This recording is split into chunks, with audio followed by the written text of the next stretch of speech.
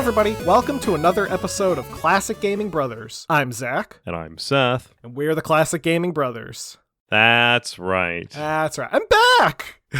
I know. It's a lot easier to do that segment with somebody else. I know. It was really funny. I was very tempted to cut in my audio, but as I listened to you be like, I'm Seth, and this is where Zach goes, I'm Zach, I was like, I don't want to. It was fine. I'm glad that you're feeling better. Yeah, I'm feeling much better. I do want to bring up some important business that we need to talk to our listeners about. Sit on the couch, listener. We're having a family meeting. I want to say like 6 months ago, I thought it was a good idea to turn on ads for our podcast, and I decided that they would be programmatic ads, and then I stopped paying attention. Possibly even longer than 6 months. I just assumed it was 6 months, but you may have been affronted by ads during weird parts of the episode, like the middle of it. So hopefully that will stop happening, and you will only have ads at the end of the episode. You're probably mad. I'm mad, and don't worry, we didn't make any money. That's not true. We made 87 cents. They haven't paid it yet.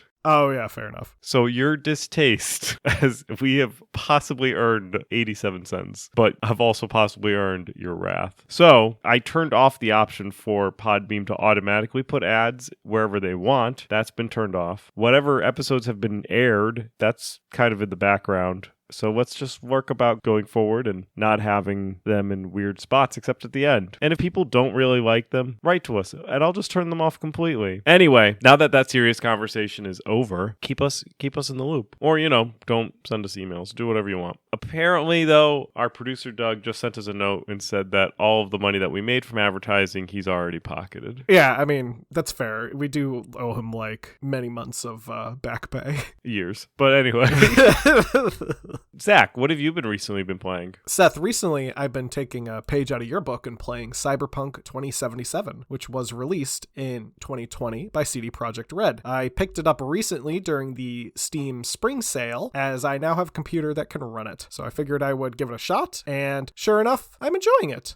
Seth has already talked a lot about the game, so I'm not really going to go too in depth with it, and I'm also only about 40 minutes into the game, so I don't really have a broad sense of what's going on completely beyond the first 40 minutes. Overall, though, I'm enjoying it. I'm currently playing as a street kid who is so there are three life paths in the game: Nomad, Street Kid, and Corpo. And Street Kid is the middle option when you have your list of options. So the options are given to you in a set of three. So I picked the one dead center. And I'm also going to try to go for, I think, a techie run because I think the machinery and stuff in the game is really neat, and I'm kind of interested in exploring that. Overall, though, yeah, I really like the aesthetic of the game. I like some of the different pieces of satire that you see. One thing I really like is the fact that no matter where you are, there's always an advertisement going on somewhere. Even in your own apartment, there are advertisements constantly being projected on the wall, no matter where you are. You know the fun part about that is there's moments when I notice them, and there's just moments where they just blend into the past. There'll be times where I'll be riding an elevator, and then I'll just look out and I'll be like, that is a massive advertising for something incredibly inappropriate. It's never just for food, or even if it is for food, it's always heavily inappropriate. So it'll be for food, but it'll be a picture of a butt. You haven't done the scav mission, right? No, not yet. You have fought scavs already.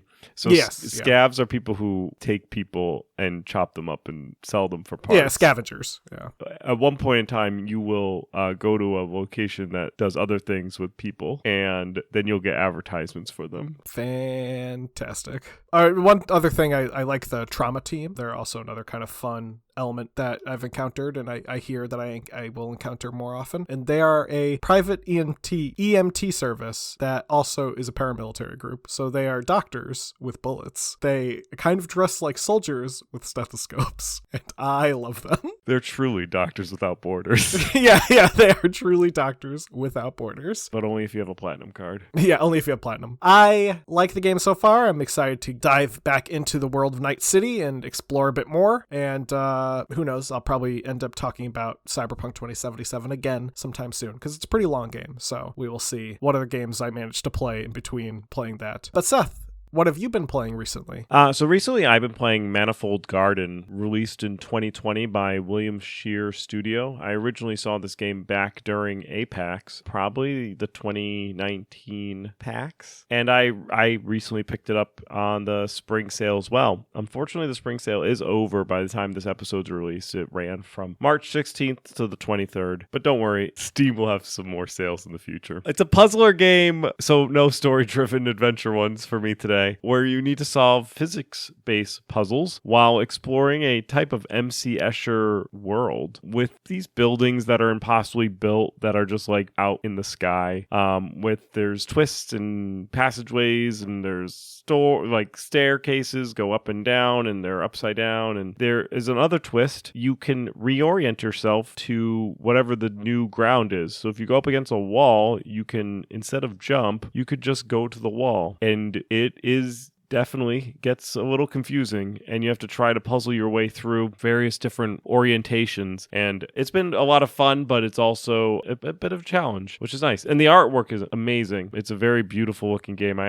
Zach was on one day and he asked me what I was playing, and I said, I think I'm just going to show you because it's hard to explain what this game is. And I showed him, and it was a very unique game. Yeah, it is. I don't really know how else to, like, you described it pretty succinctly. It's very optical illusion-y in terms of the way the aesthetics are. And it's pretty cool in that regards. Anyway, today we are going to be talking about a game that is kind of related to the last couple episodes. 2 episodes ago, we talked about The Sims, and when I was sick, Seth talked about Mass Effect, and both those games are connected because of Electronic Arts. So let's keep in the theme, and let's continue to talk about Electronic Arts games. We're talking today about Battlefield 1942. Yeah, it's a great game. Yeah. When I was doing research for this episode, the first thing that I had to do was go over to YouTube and start up the video Battlefield 1942 theme, because that song is amazing. Zach will interlace a little bit of it in the beginning of this episode, so you have already heard it. But when you hear that intro, you know you're about to go into an intense cinematic experience that was like the top of the time. In fact, the theme music is so catchy that the basis of the theme song is actually kept throughout the entire run of the Battlefield franchise. So the last game that came out for the Battlefield franchise was Battlefield 2042, and you can still hear that basis of that theme song in the theme song for Battlefield. They iterate on it, so it does change a little bit for every version. It's not the same exact song, but the same beats are the same, and it's great. I really like it. It just, whenever I hear it, I just think about spawning into a map, just getting into a plane, and just dive bombing the enemies, because that's what I did. I wasn't really good at flying, but I could use them to transport myself somewhere else on the map. There was a lot of people that used to camp the airfield. Also, I remember a lot of Battlefield 1942 for the amount of discs that it came with. Oh yeah, it did come with a lot of discs. Because it also had some DLC. It had some expansion packs as well. Yeah, well, I think we had like the war chest. We had the complete edition. Yeah. And they were all kept in like a paper container. Yeah. So it wasn't even like jewel cases. You just fold out this like pamphlet of Battlefield discs. It's like an ugly book. In terms of my memories of the game, I played Battlefield 1942 probably a little later than Seth. I think I don't remember really playing it when he was playing it, but I remember playing it later, I think when I found the discs at our father's. And yeah, it's just like Seth said, the music is catchy, and it has, I think, this kind of element to Battlefield that you don't get with other war games. And we'll talk a bit about it when we go into the gameplay, but the kind of camaraderie that you have with your teammates is something that you really don't get with games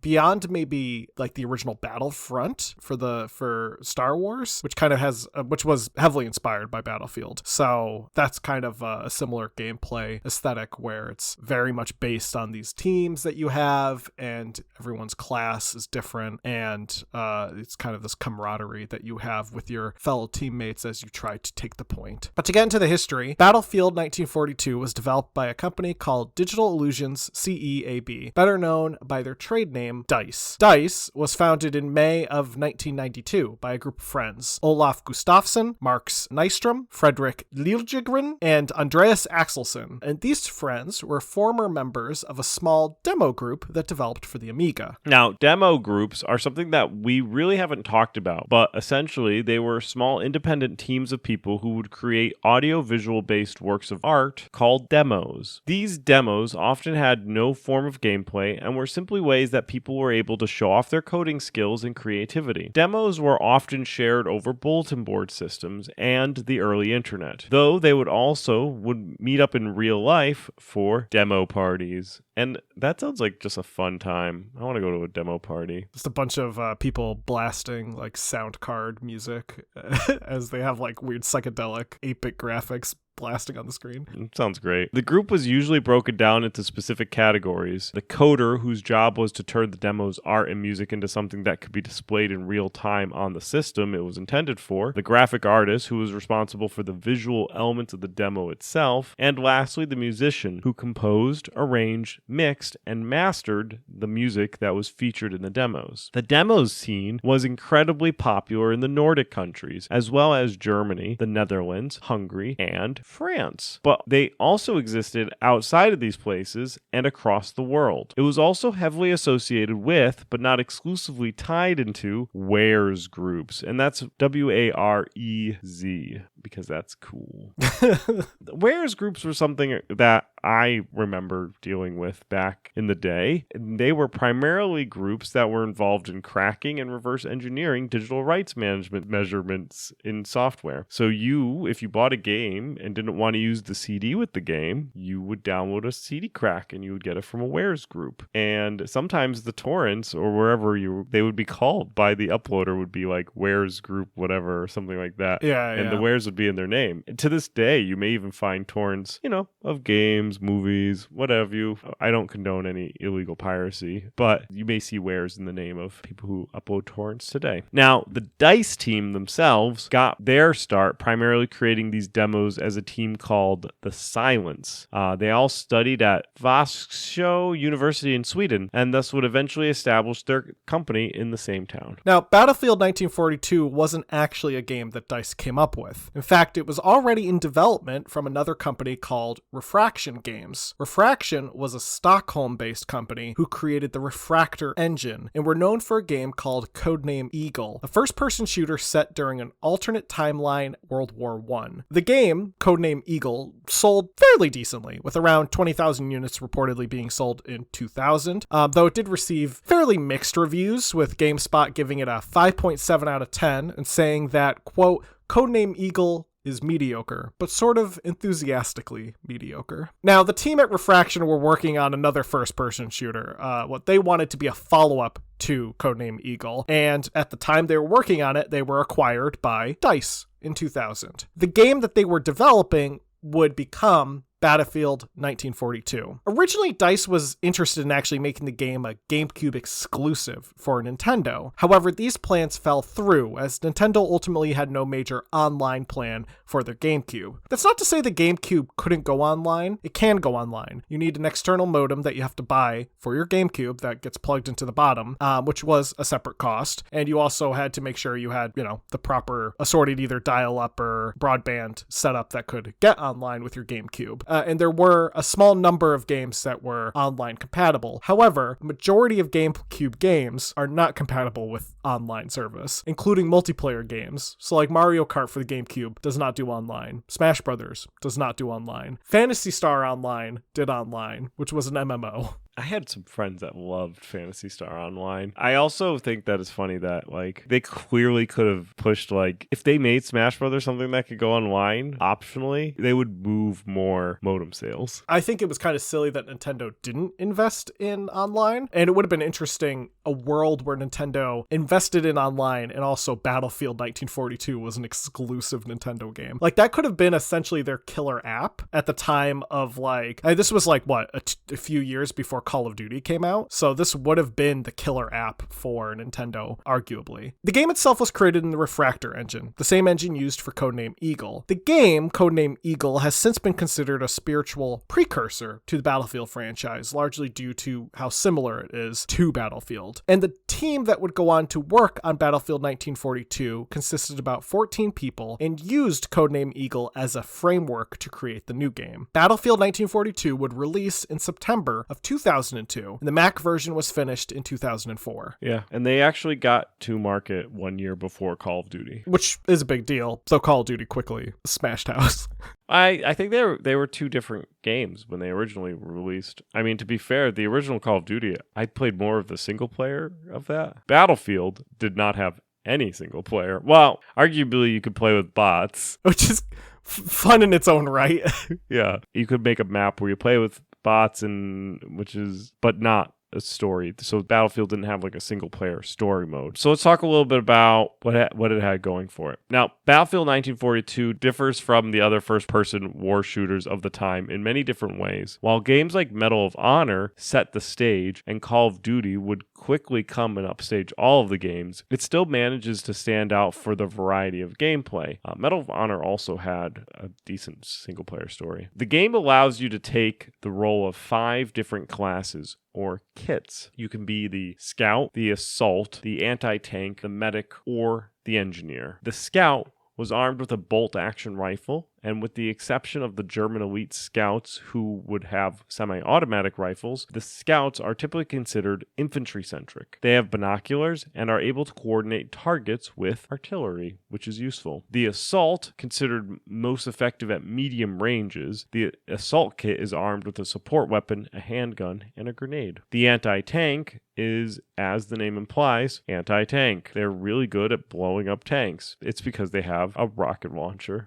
I think in World War II, it's still like an RPG, so like a rocket-propelled grenade type deal. Yeah. The medic is equipped with an assault rifle, a handgun, and a combat knife, and they are also given a medic bag and a defibrillator, which they can use to help their fallen comrades. The engineer is equipped with a non-scoped bolt-action or semi-automatic rifle. They also have landmines and TNT for destroying enemy vehicles. They are equipped with a wrench tool that allows them to repair friendly vehicles. You also have access to a wide variety of aircraft, such as fighters and bombers, the ability to navigate capital ships, submarines, and aircraft carriers, and of course, all mess of tanks, APCs, and jeeps. If you can drive it, it's able to be driven. You can also get into like mounted guns and turrets and stuff like that. And it was one of the first games that I played that you could just jump in an airplane and fly it. It's also one of those games where you had to like make sure you got to the airplane quick enough if you wanted to fly it. Oh, yeah. People like loved airplanes. So they would just like hang around the airport until the airplane spawned, and then they would immediately jump into it and fly it. Yeah. So you were better off getting a Jeep or something if you really wanted to drive something. The game is set during the course of major battlefields in World War II across all the major theaters, the Pacific, European, North African, Eastern, and Italian fronts. You can play as either the Axis powers or the Allies. Location determines the specific army. So if you choose a Japanese battle, it will be Japan versus the United States. But if you choose a map in Germany, it could be the Nazis against the British. It's really based on where you choose your map in terms of the actual layout of the enemies. So you wouldn't be able to like play in Germany and have like Japanese versus the Italians. That wouldn't make sense. Each map is based on a real battle, and there are some attempts to keep the battles realistically portrayed. But this includes maps such as, but not limited to, Wake Island, Stalingrad, the Battle of the Bulge, Operation Aberdeen, Operation Baytown, Iwo Jima, and Omaha Beach. The game is considered more cooperative than other war shooters that were before Battlefield or that would follow Battlefield. While you do need to kill your enemies, you also have to capture certain control points. So there's kind of this push and take that you get versus in a general free-for-all match where you're just trying to wipe out the other team. What you have is you have players who are wiping each other out, but are also focusing on whether or not they can control certain points. Taking control points allows for a team to gain more reinforcements, while capturing points will take reinforcements from the enemy. And you really need to kind of coordinate how you focus your control of these points. Because if you decide to go ham and try to take 1 point, you might be leaving a couple other points open for being taken by the enemy. So that means you have to coordinate with your team, making sure that other points are properly protected and guarded while you have an attacking force that can go claim points from the enemy. And really, I think that's where Battlefield drives home its gameplay. It's this kind of really give and take, where you often have control points falling because they weren't properly defended, or being taken because you have a better control of your force and can get into that enemy point and overwhelm them. The game is also known for its high player counts, with numbers in the original game of up to 64 players going against each other. This number has since increased substantially as computers and internet speeds have gotten faster and better. And there were 2 expansion packs that were released. There was Battlefield 1942, The Road to Rome, which involved bringing in new battles that took place in Italy, because that's where Rome is, including Operation Husky and the Battle of Anzio, and introduced more vehicles, including the British Mosquito, which is a fighter bomber, and a M3 Grant medium tank. They also, instead of just having US and Axis, you could now play as French and Italian. They also introduced a few new weapons, the Italian Breda and British Sten. The other expansion that they added was 1942 Secret Weapons of World War II, which added new features to the gameplay, including a new gameplay mode that focused on accomplishing objectives versus just killing everybody. It also added some new roles and new weapons, and the most important thing was it added the jetpack. They also added like a Nazi super jet that like blasted, like one of those that like was mounted, that was like that shot off. And Secret Weapons of World War II was kind of the last expansion till the next games got released. Yeah, I think Secret Weapons of World War II also added a map, which is the Eagle's Nest, which was a place that Hitler used to vacation to, which was captured by the Allies, so it was featured in a form of combat, but you have to like destroy a safe, which has like secret plans or something in it. Battlefield, I think, they really try to make the games very realistic, but when they are not realistic, they're very funny, because like having jetpacks in World War II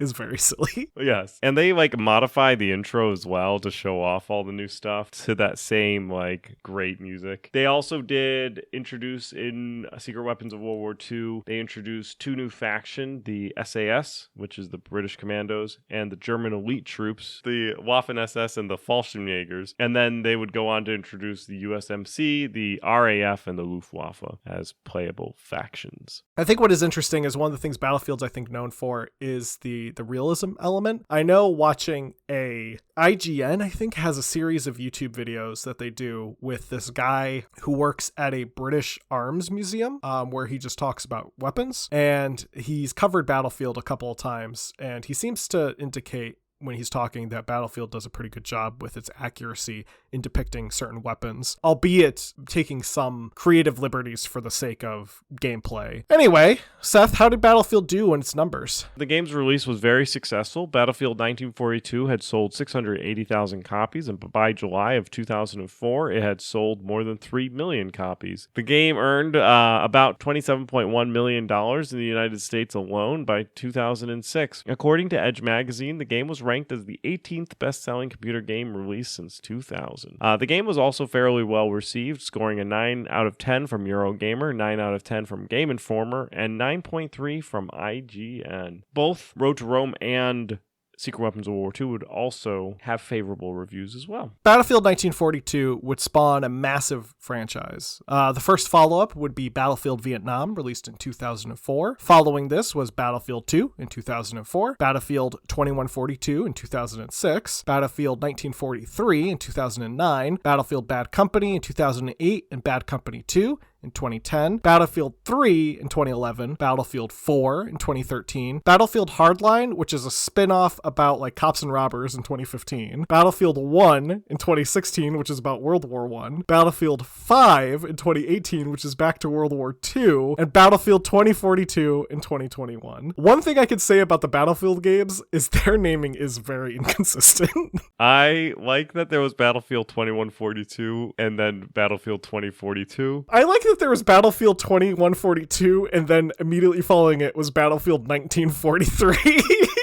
First, we start in 1942. Then we go to 2142. Then we go 1 year after 1942. Battlefield Bad Company is a single-player spinoff. Yes, yeah, those are single-player spinoffs. They're also pretty good from my understanding. Yeah, I've played it. Yeah, I've played Battlefield. I think I played Bad Company 1 at least. I know they're technically impressive because they have really destructible environments where you can you can hit it like the side of a house with a RPG and like the house will crumble realistically. Well, and then now that happens in the Battlefield games in the multiplayers. Right, yes. Now that's kind of a given. I do think it's interesting that they kind of bounce around in these timelines, though. You have you go into the future, you go back into the past. That's cool. Now, all the games have been overseen by DICE, but some of them were developed by outside developers, such as Visceral Games, Criterion Games, EA Gothenburg, and Ripple Effect Studios. And it's important to mention, though, I think I alluded to it, the Battlefront games, even the original Battlefront games, are heavily inspired by Battlefield. Like, the gameplay is nearly identical. You're capturing command points. It's just set in Star Wars. Battlefront is basically just like Battlefield 1942, but with a Star Wars coat of paint.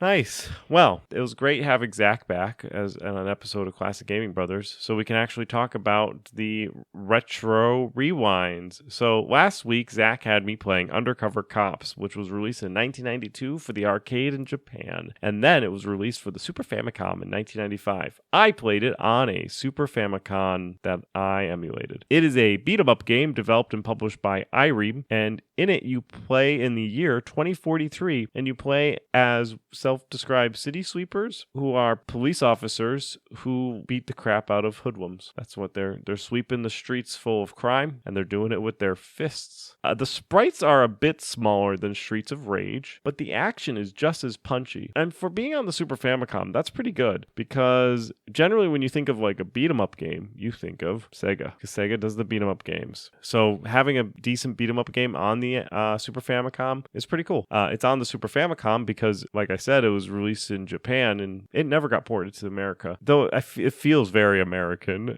as a game, and probably would have done well. They were going to localize it and change it over, but something fell through and they ended up canceling it. During the game, I played as Rosa, who has a lot of hair, and one of her moves is her hitting people with her hair. She also has like a weird flippy move that uses magical powers that they have. I guess that's just like their special attack. So you punch, jump, or magical power. The game also has some interesting weapons. I was punching my way across a beach and there was a stone column in the ground, and I decided to pull it out, and then I pulled a gigantic post out, and then I beat people with this giant post that I pulled out of the ground. Overall, it was a pretty enjoyable game. I think it plays as a pretty solid beat 'em up. I think it holds up for sure. It's unique. I think there is a fan translated patch out there that you can apply to the ROM, but apart from that, most of the names and stuff are all in English. So, and it's a beat 'em up. There's not a lot of plot to get through beyond beating people up. I also really enjoyed that they gave you money depending on how many people you beat up,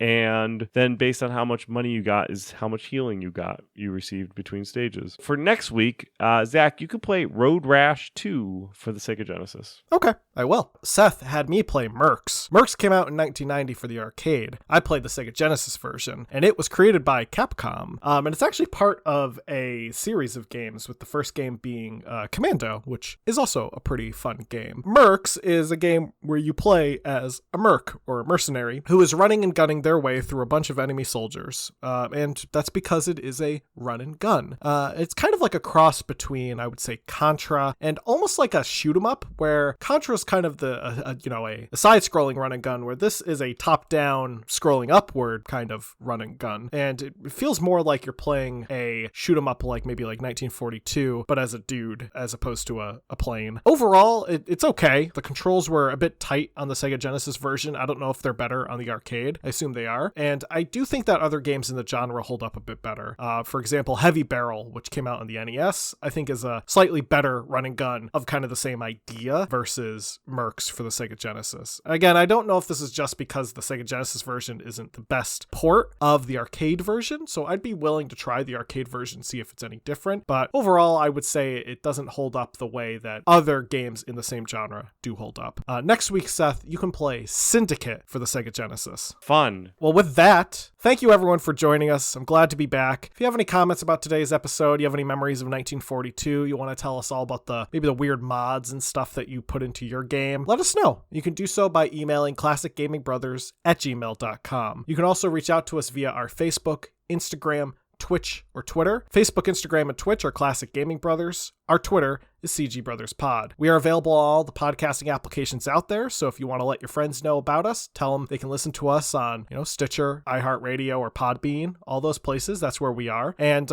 also, we're at PAX this weekend, literally. Like, as you're listening to this episode, most likely Seth and I are wandering around PAX Expo. So if you are listening to this episode and you hear us say we're at PAX, and you think maybe the brothers are still at PAX, and you see us, say hi. That'd be nice. Anyway, that's all that I have to say. Seth, do you have anything that you would like to contribute? An entire episode that I did? But no, I'm just kidding. Don't play games like my brother. And don't play games like my brother. I've been Seth. And I've been Zach. And we've been the Classic Gaming Brothers. That's right. Right.